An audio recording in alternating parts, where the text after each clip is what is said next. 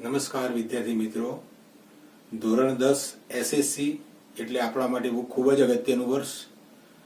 આજે આપણે વિજ્ઞાન અને ટેકનોલોજી વિષયમાં પ્રકરણ 1 રાસાયણિક પ્રક્રિયાઓ અને સમીકરણો વિશેનો અભ્યાસ કરવાનો છે. આ પ્રકરણનું SSC બોર્ડની પરીક્ષા માટે ગુણભાર એનો 4 માર્ક્સનો છે. તો ચાલો આપણે પ્રકરણ 1 નો અભ્યાસ કરીશું. ચાલો વિદ્યાર્થી મિત્રો, પ્રકરણ 1 રાસાયણિક પ્રક્રિયાઓ અને સમીકરણો. આ ચેપ્ટરની શરૂઆત કરીએ પહેલા રોજિંદા જીવનમાં જોવા મળતી કેટલીક રાસાયણિક પ્રક્રિયાઓ આપણે અનુભવી હશે, જેવી કે ઉનાળામાં ઓરડાના તાપમાને દૂધનું ખુલ્લું રાખવાથી બગડી જવું, લોખંડની વસ્તુઓ ઘણી બધી, લોખંડનો ખિલ્લો હોય, લોખંડનો તવો હોય, લોખંડની ખિલ્લી, એ બધે ખુલ્લા વાતાવરણમાં મૂકવાથી કાટ લાગે છે. કેમ કે ભેજના કારણે. એ પણ એક રાસાયણિક પ્રક્રિયા છે. દ્રાક્ષના આથવણની ક્રિયા, ખોરાકના રંધાવાની ક્રિયા, આપણા શરીરમાં ખોરાકની પાચન ક્રિયા તથા આપણા શરીરમાં થતી શ્વસનની ક્રિયા, આ બધી જ રોજિંદા જીવનમાં જોવા મળતી રાસાયણિક પ્રક્રિયાઓના ઉદાહરણ છે. હવે તમને ખબર હશે કે 9મા ધોરણમાં પણ આપણે પ્રવૃત્તિ બેઝ શિક્ષણ ચાલુ કર્યું છે. તો આમાં પણ કેટલીક પ્રવૃત્તિઓ આપણે જોવાની છે. એમાંની પ્રવૃત્તિ નંબર 1, મેગ્નેશિયમની પટ્ટીને હવામાં સળગાવવામાં આવે તો શું થાય એનો આપણે આજે અભ્યાસ કરવાનો છે. તો તમે આકૃતિમાં જોશો તો બર્નર, મેગ્નેશિયમની પટ્ટી એ ચીપિયા વડે પકડી છે, એટલે ખાસ સાવચેતી રાખવાની. પરીક્ષામાં આને લગતો પ્રશ્ન પૂછી શકાય કે મેગ્નેશિયમની પટ્ટીને જ્યારે હવામાં સળગાવવામાં આવે તે પહેલા તેને કાચ પેપર વડે ઘસવામાં આવે છે. શા માટે મિત્રો તમને ખબર છે? તો મેગ્નેશિયમની પટ્ટીને કાચ પેપર વડે ઘસવાથી એ ચકચકી થઈ જાય છે અને ઝડપથી એનું દહન થાય છે અને ઝડપથી પ્રક્રિયા થાય છે. તમે જુઓ નીચે કે મેગ્નેશિયમની પટ્ટીની નીચે એક વોચ ગ્લાસ આપેલો છે. એ વોચ ગ્લાસમાં શું થાય કે મેગ્નેશિયમની પટ્ટી સળગે તો તેની રાખ નીચેના વોચ ગ્લાસમાં જમા થાય છે. તો આ વોચ ગ્લાસમાં જમા થતી જે રાખ છે એને આપણે શું કહીશું? મેગ્નેશિયમ ઓક્સાઇડ કહીશું. સમજ્યા? હવે પ્રવૃત્તિ નંબર 2, એમાં છે લેડ નાઇટ્રેટ અને પોટેશિયમ આયોડાઇડ વચ્ચે થતી રાસાયણિક પ્રક્રિયાની સમજ. તો લેડ નાઇટ્રેટ એનું અણુસૂત્ર તમે જાણતા હશો, PbNO3 twice, plus potassium iodide એનું અણુસૂત્ર ખબર તમને, Ki. તો એ બંને વચ્ચે રાસાયણિક પ્રક્રિયા થાય તો શું મળે? તો કે લેડ આયોડાઇડ અને પોટેશિયમ નાઇટ્રાઇડ બને છે. અહીંયા જે PbNO3 એટલે કે જે લેડ નાઇટ્રેટ તમે કહો છો એનો રંગ સફેદ હોય છે. પોટેશિયમ આયોડાઇડ તો એનું દ્રાવણ એ રંગવિહીન હોય છે. તો બંનેની પ્રક્રિયાથી મળતો લેડ આયોડાઇડ કયા રંગનો હોય? તો કે પીળા રંગનું દ્રાવણ બને છે. એટલે આ બીજી પ્રવૃત્તિ પૂરી થઈ. આ બીજી પ્રવૃત્તિ પછી એક ત્રીજી પ્રવૃત્તિ જોડે છે. એ ત્રીજી પ્રવૃત્તિનો પ્રયોગ તો કદાચ તમે નાના ધોરણમાં ભણી ગયેલા હશો, ઘણાને યાદ હશે. ફરી વાર આપણે એને જોઈએ કે જસતના ટુકડાની મંદ HCl એટલે કે મંદ હાઇડ્રોક્લોરિક એસિડ અથવા મંદ H2SO4 એટલે કે મંદ સલ્ફ્યુરિક એસિડ સાથેની પ્રક્રિયા કરીએ તો નીચે મુજબની રાસાયણિક પ્રક્રિયા થાય. Zn વત્તા 2HCl gives ZnCl2 plus H2, અથવા જો H2SO4 સાથે પ્રક્રિયા કરીએ તો Zn વત્તા H2SO4 gives ZnSO4 plus H2. એટલે બંને પ્રક્રિયામાં તમને H2 વાયુ એટલે કે હાઇડ્રોજન વાયુ ઉત્પન્ન થતો દેખાશે. તો લખ્યું છે Zn ના ટુકડાની મંદ HCl કે મંદ H2SO4 સાથેની પ્રક્રિયાથી ટુકડાની આસપાસ હાઇડ્રોજન વાયુના પરપોટા થાય છે તથા જે પાત્રમાં પ્રક્રિયા કરવામાં આવે તે પાત્ર ગરમ થાય છે. સમય પ્રવૃત્તિના આધારે કેટલાક તારણ આપણે તાર્યા છે. ત્રણેય પ્રવૃત્તિઓ જોયા પછી આપણે કેટલાક તારણો મળી શકે. કયા તારણો મળી શકે? તો પહેલું, એક તો એની અવસ્થામાં પરિવર્તન. વિચારતા અવસ્થા એટલે શું? તો ઘન પ્રવાહી વાયુ અને એક્વાયસ એટલે કે જલીય દ્રાવણ, એમ અવસ્થામાં ફેરફાર થાય. બીજું, રંગમાં પરિવર્તન થાય. ત્રીજું, વાયુનો ઉદ્ભવ થાય. અને ચોથું, તાપમાનમાં પણ પરિવર્તન થાય. બરાબર છે ને? હવે મિત્રો આગળનો નવો ટોપિક આપણે રાસાયણિક સમીકરણો વિશે જોવાનું છે. એના માટે આપણે પ્રવૃત્તિ 1 આગળ જોઈ કે મેગ્નેશિયમની પટ્ટીને હવામાં સળગાવવામાં આવે ત્યારે મેગ્નેશિયમ ઓક્સાઇડમાં રૂપાંતર થાય છે, બરાબર ને? આ પ્રક્રિયાનું વાક્ય સ્વરૂપ ઘણું લાંબુ થઈ જાય છે. તેને શાબ્દિક સમીકરણના સ્વરૂપમાં નીચે મુજબ લખી શકાય: મેગ્નેશિયમ વત્તા ઓક્સિજન gives મેગ્નેશિયમ ઓક્સાઇડ. હવે તમે અહીંયા જોજો કે ડાબી બાજુ મેગ્નેશિયમ અને ઓક્સિજન એ જે બે લખ્યા છે બંને પ્રક્રિયકો કહેવાય. કેમ કે બંને વચ્ચે પ્રક્રિયા થાય છે માટે એને પ્રક્રિયકો કહેવાય. અને gives મેગ્નેશિયમ ઓક્સાઇડ એ તમને નિપજ તરીકે મળે છે. બંને પ્રક્રિયકો વચ્ચે પ્રક્રિયા થઈ તમને નિપજ તરીકે મળે છે. જ્યારે તીરની નિશાની એ પ્રક્રિયકોથી નિપજ મળે છે એમ બતાવે છે.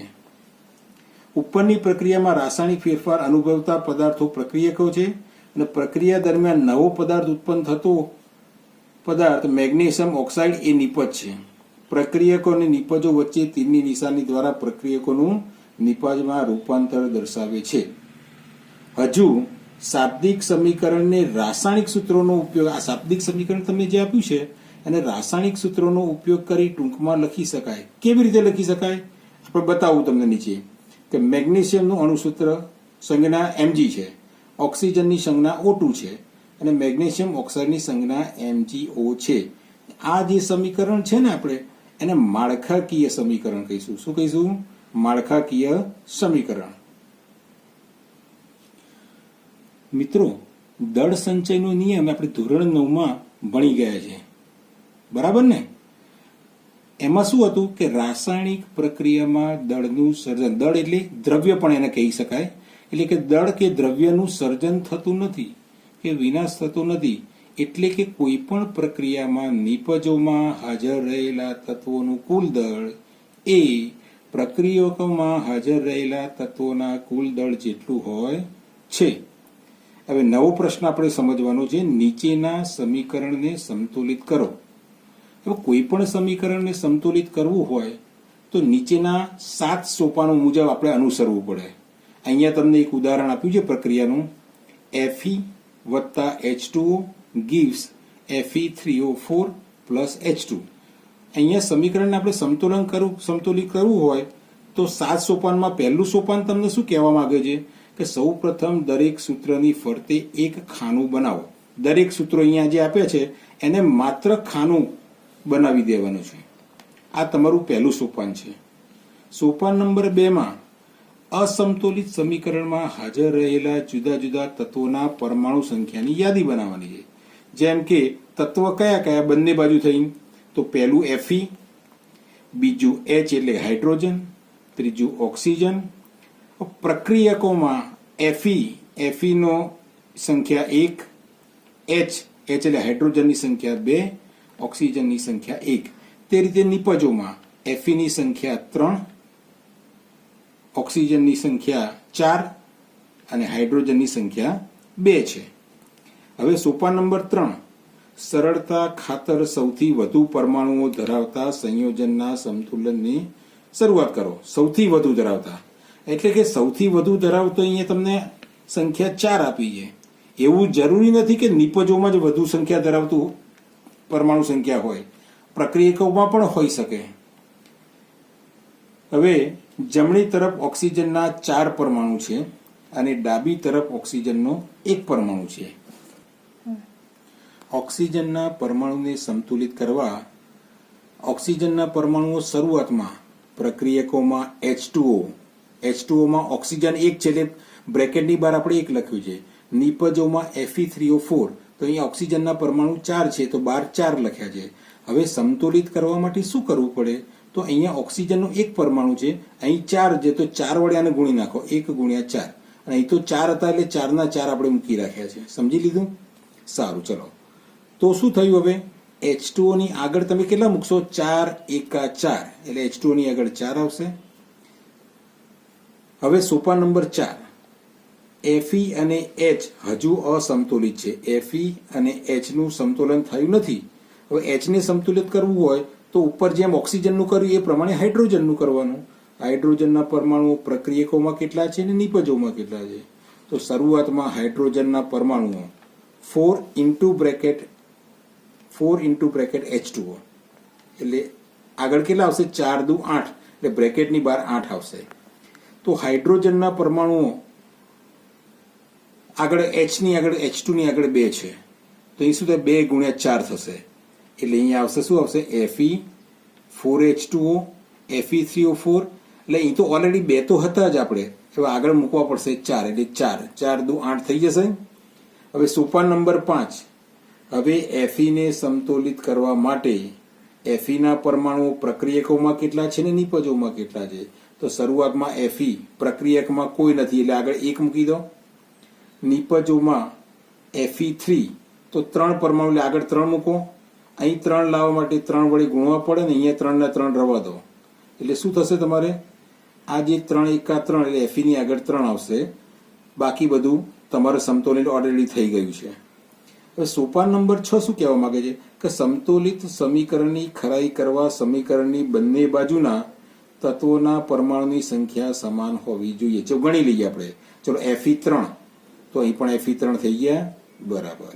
હાઇડ્રોજન 4 દુ 8, તો અહીંયા હાઇડ્રોજન 4 દુ 8 થઈ ગયા, બરાબર. ઓક્સિજન 4, તો અહીં પણ ઓક્સિજન 4 છે, એટલે આપણું સમીકરણ સમતોલિત થઈ ગયું છે. મિત્રો, સમીકરણનું સમતોલન ઓલરેડી સોપાન 6 સુધીમાં આપણે પતી ગયું છે, પણ સોપાન 7માં શું કહેવા માંગે છે?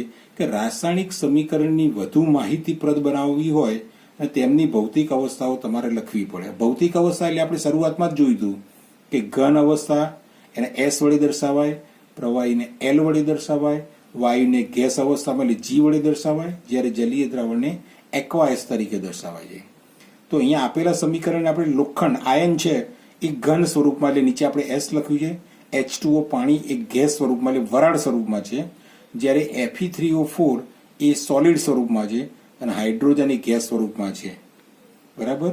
એટલે આ રીતે બીજા પણ ઘણા બધા ઉદાહરણ લઈ તમે સમતોલિત કરી શકો સમીકરણને, બરાબર. હવે એને લગતા કેટલાક પ્રશ્નો તમને ચોપડીમાં આપેલા જ હશે, બધાની જોડે ટેક્સ્ટબુક તો હશે જ. એમાં પહેલું ઉદાહરણ લઈએ કે હાઇડ્રોજન વત્તા ક્લોરીન gives હાઇડ્રોજન ક્લોરાઇડ. તો હાઇડ્રોજનનું અણુસૂત્ર H2, ક્લોરીનનું અણુસૂત્ર Cl2 અને હાઇડ્રોજન ક્લોરાઇડનું HCl. તો સમીકરણને તમારે જો બેલેન્સ કરવું હોય તો બંને બાજુ ચેક કરી લો. H2 તો H2 થઈ ગયા, Cl2 તો અહીંયા પણ Cl2 થઈ ગયા, એ સમીકરણ સમતોલિત છે એમ કહી શકાય.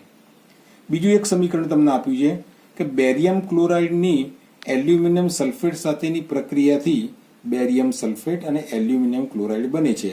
તો દરેકના અણુસૂત્રો તો આપણને ખબર હોવી જોઈએ દરેક સંયોજનના, કે બેરિયમ ક્લોરાઇડ તો કે BaCl2, એલ્યુમિનિયમ સલ્ફેટ તો Al2SO4 થ્રાઇસ, બેરિયમ સલ્ફેટ તો કે BaSO4 અને એલ્યુમિનિયમ ક્લોરાઇડ તો AlCl3.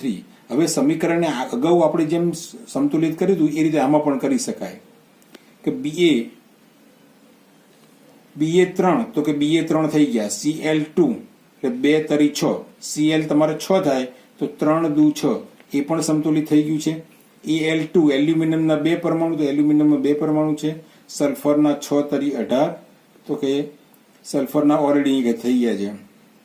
ઓક્સિજનના 4 તરી 12, તો 4 તરી 12 થઈ ગયા, એટલે આ પણ સમીકરણ સમતોલ થઈ ગયું. હવે ત્રીજું સમીકરણ, સોડિયમ વત્તા પાણી gives સોડિયમ હાઇડ્રોક્સાઇડ વત્તા હાઇડ્રોજન.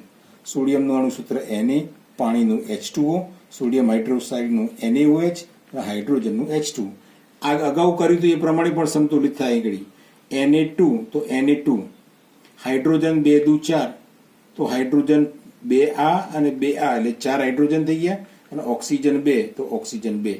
આ ત્રણેય સમીકરણ આ રીતે પરીક્ષામાં પૂછે 2 માર્ક્સમાં, તો તમારે સમીકરણ સંતુલિત કરવાના હોય છે. સોપાન સાથે કંઈ દર્શાવવાની જરૂર હોતી નથી. હવે આગળ જોઈએ, ભૌતિક અવસ્થા સાથે સમીકરણ લખો. ભૌતિક અવસ્થા આપણે ઘન, પ્રવાહી, વાયુને એક્વાયસ લખ્યું હતું એ સાથે આપણે લખવાના છે. તો આવું એક પ્રશ્ન તમારે ચોપડીમાં આપ્યો ટેક્સ્ટબુકમાં. બેરિયમ ક્લોરાઇડ અને સોડિયમ સલ્ફેટના પાણીમાં બનાવેલા દ્રાવણો સાથે પ્રક્રિયા થઈ અદ્રાવ્ય બેરિયમ સલ્ફેટ અને સોડિયમ ક્લોરાઇડનું દ્રાવણ બને છે. હવે આ બંને જે આપે છે બેરિયમ ક્લોરાઇડ એનું પાણીમાં બનાવેલું દ્રાવણ અને સોડિયમ સલ્ફેટનું પાણીમાં બનેલું દ્રાવણ, તો બંને એક્વાયસ છે. બરાબર છે. તો એનું સમીકરણ આપણે જોઈએ હવે. ચલો, બેરિયમ ક્લોરાઇડનું પાણીમાં બનાવેલું જલીય દ્રાવણ એટલે BaCl2 એક્વાયસ લખાય. સોડિયમ સલ્ફેટનું પણ પાણીમાં બનાવેલું દ્રાવણ એટલે એ પણ એક્વાયસ કહેવાય. ગીવ્સ બેરિયમ સલ્ફેટ બને છે પણ એ અવક્ષેપ સ્વરૂપે મળે છે. હવે જ્યારે અવક્ષેપ સ્વરૂપે મળતા હોય ત્યારે S એટલે સોલિડ સ્વરૂપ બતાવાય અને છેલ્લે NaCl એ પણ એક્વાયસ જલીય દ્રાવણ, ક્ષારનું જલીય દ્રાવણ મળે છે. બરાબર છે. આવી જ એક બીજી પ્રક્રિયા તમને આપી છે કે સોડિયમ હાઇડ્રોક્સાઇડનું દ્રાવણ એ પાણીમાં બનાવેલું છે, એ પણ એક્વાયસ કહેવાય. હાઇડ્રોક્લોરિક એસિડનું દ્રાવણ પાણીમાં બનાવેલું છે, એ પણ એક્વાયસ કહેવાય. એટલે NaOH એક્વાયસ, HCl એક્વાયસ. ગીવ્સ શું આપે છે તમને? તો કે સોડિયમ ક્લોરાઇડનું દ્રાવણ અને પાણી ઉત્પન્ન કરે છે. તો NaCl દ્રાવણ સ્વરૂપે છે માટે એક્વાયસ, અને પાણી તમે જાણો છો કે લિક્વિડ સ્વરૂપે છે. બરાબર. હવે આ પ્રક્રિયા વિશે તમે અગાઉ ભણી ગયા છો. NaOH એટલે હાઇડ્રોક્સાઇડ એટલે બેઝ કહેવાય. HCl એટલે એસિડ કહેવાય. એસિડની બેઝ સાથેની પ્રક્રિયાથી ક્ષાર અને પાણી બને છે એવું અગાઉ આપણે જોઈ ગયા છે. તો આ એનું એક સમીકરણ છે. બરાબર. હવે અગાઉ 3 પ્રવૃત્તિઓ જોઈએ, હવે ચોથી એક પ્રવૃત્તિ આપણે જોવાની છે. પણ આ પ્રવૃત્તિ જોઈએ એ પહેલા કેટલાક અણુસૂત્ર અને એના નામ આપણે જોઈ લઈશું. કડી ચૂનો, તો કડી ચૂનાનું અણુસૂત્ર કયું? CaO. અને એનું બીજું નામ છે ક્વિક લાઇમ. આ બધા એક માર્ક્સના પ્રશ્નોમાં પૂછી શકાય એટલે ખાસ ધ્યાન રાખવું. કડી ચૂનાનું અણુસૂત્ર CaO અને એનું નામ છે, બીજું નામ છે ક્વિક લાઇમ. ફોડેલો ચૂનો અથવા એને ચૂનાનું નીતર્યું પાણી પણ કહી શકાય. એનું અણુસૂત્ર છે CaOH2. અને ચૂનાનો પથ્થર જેને CaCO3 એટલે કે કેલ્શિયમ કાર્બોનેટ કહેવાય. હવે આ પ્રક્રિયામાં તમારે શું કરવાનું છે? તો એક કાચના પાત્રમાં અથવા બીકરમાં તમારે પાણી લેવાનું છે. પાણીની અંદર કડી ચૂનો નાખવાનો છે. તો પાણીની અંદર કડી ચૂનો નાખો તો શું તમને મળે પ્રક્રિયા સ્વરૂપમાં? તો કે CaO એટલે કડી ચૂનો અત્યારે ઘન સ્વરૂપમાં છે, પાણી H2O લિક્વિડ સ્વરૂપમાં છે. એ બંને વચ્ચે પ્રક્રિયા થઈ તમને CaOH2 એટલે કે ચૂનાનું નીતર્યું પાણી દૂધિયા કલરનું બને. બરાબર છે. હવે આ પાત્રને તમે બહારથી સ્પર્શ કરશો ને તો તમને કંઈક અનુભવ થશે. પાત્ર તમને ગરમ લાગશે. શું લાગશે? ગરમ. બરાબર છે. એટલે આ જે બધી પ્રક્રિયા છે ને, તમને ખબર છે કે દિવાલ તોડવા માટે આપણે ચૂનાનું નીતર્યું પાણી વાપરીએ છીએ. તો આને લગતો પ્રશ્ન પણ પરીક્ષામાં તમારે પૂછી શકાય. તો જે દિવાલ દોડવાવાળા જે કારીગરો આવે છે ને, એ ચૂનાના નીતરાના પાણીને દિવાલ ઉપર લગાડે છે. થોડા સમય પછી હવામાંના કાર્બન ડાયોક્સાઇડ સાથે એની પ્રક્રિયા થાય, ધીમી પ્રક્રિયા થાય, પણ કેલ્શિયમ કાર્બોનેટ ફરી વાર મળે એટલે દિવાલ તમને સફેદ રંગની દેખાય છે. બરાબર. એટલે આને લગતા પ્રશ્નો પણ થોડા બેઝિક પૂછી શકાય છે. બરાબર છે. હવે પછીનો ટોપિક તમારે સંયોગીકરણની પ્રક્રિયા. તો સંયોગીકરણની પ્રક્રિયા એટલે શું? તો કે જે રાસાયણિક પ્રક્રિયામાં 2 કે તેથી વધુ પ્રક્રિયકો વચ્ચે પ્રક્રિયા થઈ એક જ નિપજ બને, એકથી વધારે નિપજ ના બને. એ ખાસ ધ્યાન રાખજો. 2 કે તેથી વધુ એટલે 3 પણ હોઈ શકે, 4 પણ હોઈ શકે, ગમે તે હોઈ શકે. એટલે પ્રક્રિયકો 2 કે તેથી વધુ હોય અને મળતી નિપજ માત્ર કેટલી હોય? એક જ હોય. તો આવી પ્રક્રિયાને સંયોગીકરણની પ્રક્રિયા કહેવાય. એના 2 ઉદાહરણ નીચે આપણે આપ્યા છે. એક તો કોલસાનું દહન. કોક એટલે કોલસો કહેવાય, જેને કાર્બન કહેવાય. કાર્બન ઘન સ્વરૂપમાં છે અને દહન કરો તો હવામાંના ઓક્સિજન સાથે સંયોજાય. તો કાર્બનનું ઓક્સિજન સાથે સંયોજાય તો CO2 એટલે કાર્બન ડાયોક્સાઇડ બને. એટલે અહીંયા 2 પ્રક્રિયકો, એટલે 2 કરતા 2 થી વધુ હોવા જોઈએ. તો 2 પ્રક્રિયકો છે અને નિપજ માત્ર આપણને એક જ મળે છે, CO2. એવી રીતે પાણીના નિર્માણની પ્રક્રિયા, તો H2 એટલે હાઇડ્રોજન અને O2 ઓક્સિજન, આ 2 પ્રક્રિયકો અને એમાંથી નિપજ એક જ મળે છે, H2O લિક્વિડ સ્વરૂપે. તો આ બંને ઉદાહરણ એ સંયોગીકરણની પ્રક્રિયાના છે. આવા ઘણા બધા ઉદાહરણ આપી શકાય. ચલો, સંયોગીકરણની પ્રક્રિયા આપણે જોઈએ. હવે ઉષ્માક્ષેપક પ્રક્રિયા વિશે જોઈશું. જે પ્રક્રિયાઓ દરમિયાન નિપજોના નિર્માણની સાથે ઉષ્મા મુક્ત થાય તેને ઉષ્માક્ષેપક પ્રક્રિયા કહેવાય. એટલે કે નિપજો જ્યારે ઉત્પન્ન થાય, નિપજ તો બનવાની છે પણ સાથે સાથે ઉષ્મા પણ ઉત્પન્ન થાય છે. તો એવી પ્રક્રિયાને આપણે ઉષ્માક્ષેપક પ્રક્રિયા કહેવાય. શેમાં થાય? તો આનું આપણે એક ઉદાહરણ લખીશું. કુદરતી વાયુનું સળગવું. તો કુદરતી વાયુ એટલે તમને ખબર છે કે હાઇડ્રોકાર્બન. તો સરળમાં સરળ હાઇડ્રોકાર્બન કયું? CH4 એટલે કે મિથેન વાયુ. એ ગેસ સ્વરૂપમાં છે. એને હવામાં સળગાઈએ એટલે કે ઓક્સિજનની સાથે પ્રક્રિયા કરે તો તમને શું બને?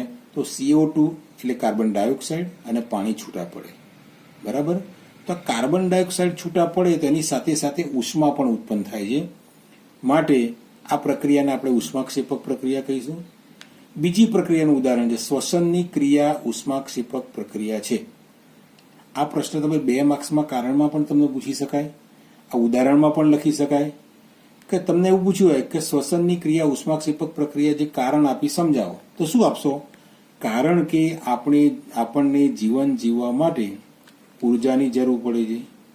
ઉર્જા મેળવવા માટે ખોરાકની જરૂર પડે છે. આ ખોરાક તમે બ્રેડ હોય, ભાત હોય, બટાકા હોય જેવા કાર્બોદિત જે પદાર્થો છે ને એ શરીરમાં ગયા પછી એનું પાચન થાય અને પાચન થયા પછી ગ્લુકોઝ બને. ગ્લુકોઝ બને તો આ ગ્લુકોઝનું તમારા શરીરમાં જે શ્વસનમાં લીધેલું જે ઓક્સિજન છે ને એ કોષોમાં રહેલા ઓક્સિજન સાથે ગ્લુકોઝની પ્રક્રિયા થાય અને સંયોજન એમાંથી ઉર્જા મળે. હવે ગ્લુકોઝ એટલે એનું તમને ખબર છે કે એનું અણુસૂત્ર C6H12O6 એનું જલીય દ્રાવણ. ગ્લુકોઝ એ જલીય દ્રાવણ સ્વરૂપે એટલે એક્વાયસ લખીએ છીએ. ઓક્સિજન છે એ પણ એક્વાયસ છે કે કોષની અંદર ભરેલું છે એટલા માટે, એટલે 6O2 અને એમાંથી તમને કાર્બન ડાયોક્સાઇડ અને પાણી મળે છે એટલે 6CO2 વત્તા 6H2O અને સાથે ઉર્જા પણ મળે છે. બરાબર? તો મિત્રો મને આશા છે કે આ વિડીયો તમને ગમ્યો હશે અને તમને બહુ યુઝફુલ થશે. ધન્યવાદ. અને નીચે આપેલું તમારે હોમવર્ક એ ખાસ કરવાનું છે. ટેક્સ્ટબુકના અંતે સ્વાધ્યાયના પ્રશ્ન નંબર 4, 5, 6 અને 7ને ઉત્તરો તમારે નોટબુકમાં લખવા.